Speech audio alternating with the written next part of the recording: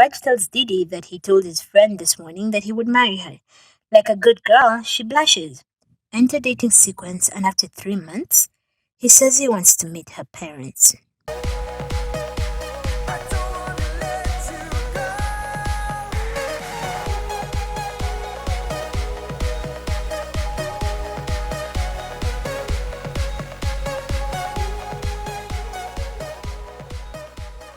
I want to meet your parents. Like any normal person who's only been dating for 3 months, she freaks out. When she tells her friend Angie, all she gets is fear mongering about not knowing what the market is saying, i.e., if she doesn't go along with what he wants, she may lose him. And then what will she have? Huh? Nothing. That's what. She'll die all alone, and no one will find her body for weeks. And people will watch it on the news and shake their heads pitifully, wondering how people end up like that. Didi says she's not ready, that it's too early, and that her father wants her to marry this lawyer guy called Somto. Despite her reservations, after fear mongering from Angie and threats of being outed by a lawyer from her father's law firm, she eventually tells her mother, who is overjoyed. Raj meets her parents, and it does not go well for many reasons, including the fact that he's Indian, and she didn't tell her parents in advance. Her mother was overjoyed about a black Nigerian fellow. What's interesting to me about Raj and Didi, and also what was one of the most disappointing things in the film for me, was how they don't talk. They just don't talk about anything of consequence with any depth. Even after they make up, after that disastrous introduction to her parents and a follow up introduction to his mother that goes just as poorly, they don't talk. They don't talk about race and the complications that come with an interracial relationships. They don't talk about why they were each hesitant to reveal race details to their parents.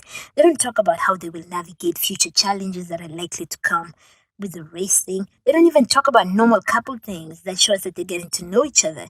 They don't talk about how she felt 3 months was too soon, and the only reason she told her parents was because she was afraid they'd hear it from someone else, and maybe even she felt pressured to do it by him and his insistence on marriage. It felt like such a missed opportunity, them not having these conversations, especially about race, and especially considering all the complications they had to deal with because they weren't able to talk about it in the beginning. Having gone through all that drama, they should have at some point towards the end had a conversation about the challenges ahead and how they'll handle them better as a married couple. Also, what is this obsession with marriage? Good God. It used to be that marriage was a symbol of commitment. Yes, but one would think that with all the infidelity we see, we'd all be thoroughly disabused of that fallacious notion. Marriage is not synonymous with commitment. We all know this. So why is this obsession with marriage still alive? I don't know, but I think it's just part of this desire to hold on to things, especially patriarchal things that maintain a certain order we're used to. It maintains the old order of things, including the place of women, the role of men, with sexual pairings are legitimate, then other things that uphold that old order view, including capitalism and private property. Questioning the place of marriage and its value may also mean questioning other foundational things like religion, which is dangerous, especially for the people in power who benefit from the social control religion and other ancient worldviews have on people. We should all emancipate ourselves from this marriage as the goal and evidence of a legitimate relationship. This is especially true for women. An institution that began with ideas like women were a man's property is beyond reform. It just needs to be scrapped off altogether. Then we can come up with new terms of engagement.